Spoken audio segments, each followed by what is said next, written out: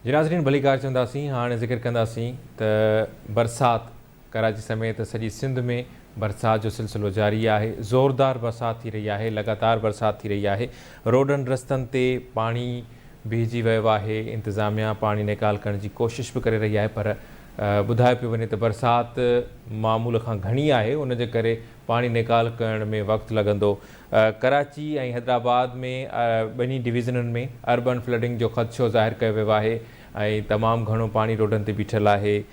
मुख़्तलिफ़ जेके बरसाती नाला आहिनि उन्हनि में पाणी आहे। कराची, हैदराबाद, सखर, लाड़काने समेत सॼी सिंध में बरसाति पइजी रही आहे। चौमासे जी बरसाति जो सिलसिलो जारी आहे ऐं ॿुधायो पियो वञे त हीउ जेको सिस्टम कमज़ोर थी वियो हो, स्पेल कमज़ोर थी वियो हो, उहो ॿीहर समुंड मां मज़बूत थी करे वापसि आयो आहे, जंहिंजे करे बरसाति तमामु घणी थी रही आहे। बरसाति जी अॻकथी कई वई आहे। बरसाति 27 ताईं रहण जी अॻकथी कई वई आहे।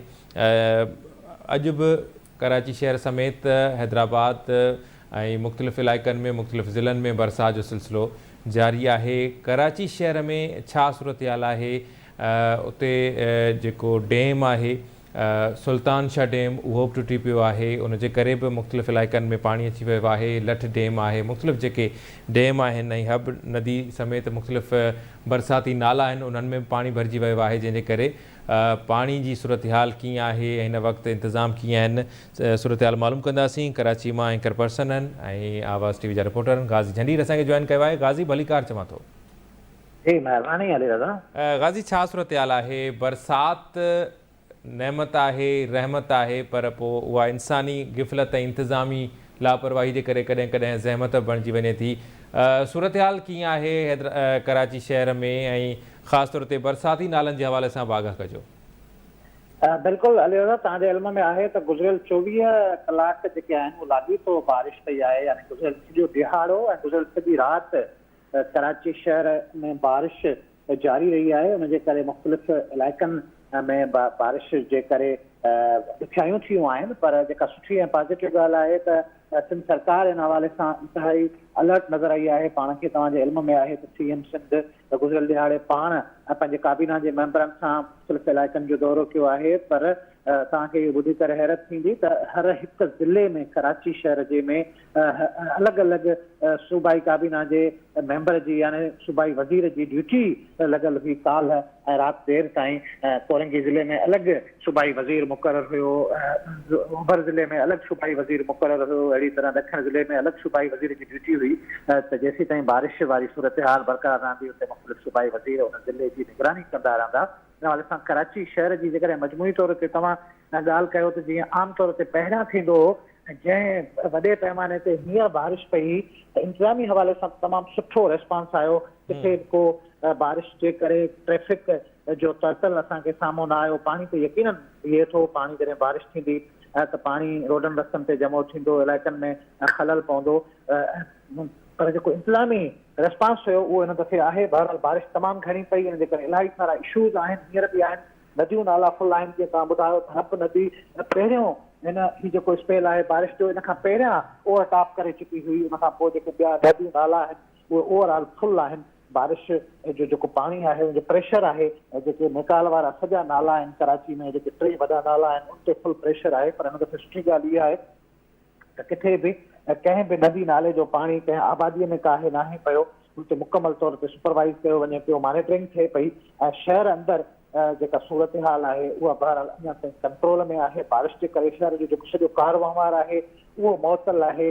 बिजली जो निज़ाम बि जेकॾहिं अली रज़ा पाण ॾिसूं त आम तौर ते बारिश जे करे इलाही सारो फ़र्क़ु पवंदो आहे, पर हिन दफ़े जेके बिल्डिंग वारा शहरी एरियाज़ आहिनि उते बिजली आहे। बाक़ी आम तौर ते लोड शेडिंग आहे, बिजली जो कार वहिंवार बंदि आहे, जंहिंजे करे शहर में ॾुखियाई थिए पई। सही सही। अच्छा गाज़ी, मौसमियात खाते जे हवाले सां का तव्हां वटि अपडेट्स आहिनि? उन्हनि जो छा चवणु आहे, उन्हनि जी छा अॻकथी आहे त केसीं ताईं ही जेका बरसाति आहे कराची डिवीज़न समेत सॼी सिंध में जारी रही सघे थी?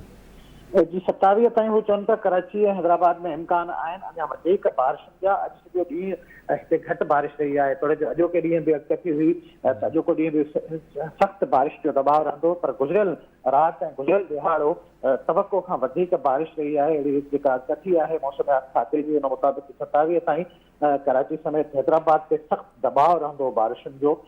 ही जेको स्पेल आहे बारिशुनि जो उहो गैर मुतवक़ा आहे ऐं अण मतवक़ा बारिशुनि जे करे जेके इंतज़ाम आहिनि सरकारी सतह ते उहे बि अणमतवक़ो वरिता विया आहिनि। ठीकु आहे, वरी महिरबानी गाज़ी हिन वारे सां अपडेट करण जे लाइ। जी नाज़रीन, हैदराबाद में भी तमाम घणी बरसात पई है। कराची हैदराबाद समेत मुख़्तलिफ़ शहरनि में बरसात खां पोइ ख़ासि तौर ते जेके शहरी इलाइक़ा आहिनि उते फ्लड अर्बन फ्लडिंग जो ख़दशो ॾेखारियो वियो हो ऐं अर्बन फ्लडिंग थी आहे। मुख़्तलिफ़ इलाइक़नि में पाणी बीठल आहे। हैदराबाद में छा सूरत हाल आहे, असांखे एंकर पर्सन ऐं आवाज़ जा रिपोर्टर आहिनि इरफान अली बुगियो जॉइन कयो आहे। इरफान भलीकार चवां थो। बड़ी मेहरबानी इरफान, छा सूरत हाल आहे? चौमासे जी बरसात जो सिलसिलो जारी आहे। हैदराबाद शहर ऐं भरपासे में कहिड़ी सूरत हाल आहे?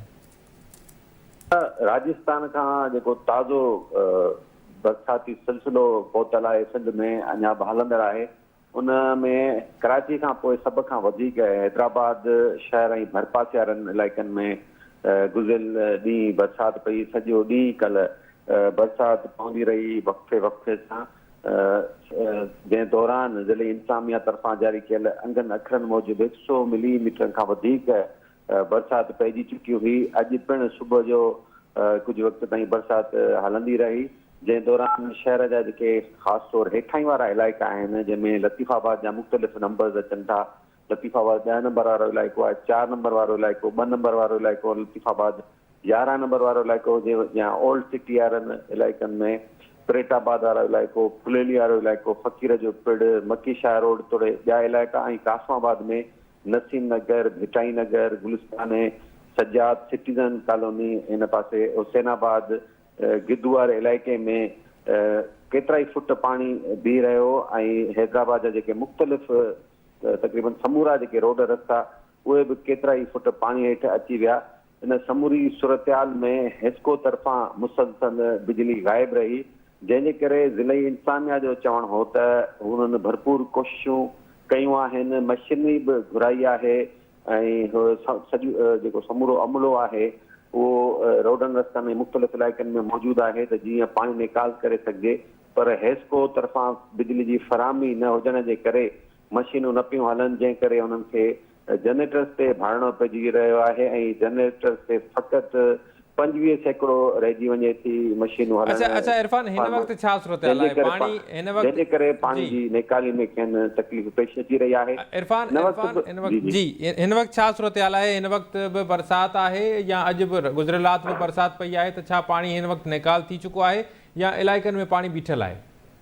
जी अली दादा, अॼु सुबुह जो बरसाति हलंदी रही, वक़्फे वक़्फे सां मुख़्तलिफ़ इलाइक़नि में बरसाति जो सिलसिलो जारी आहे।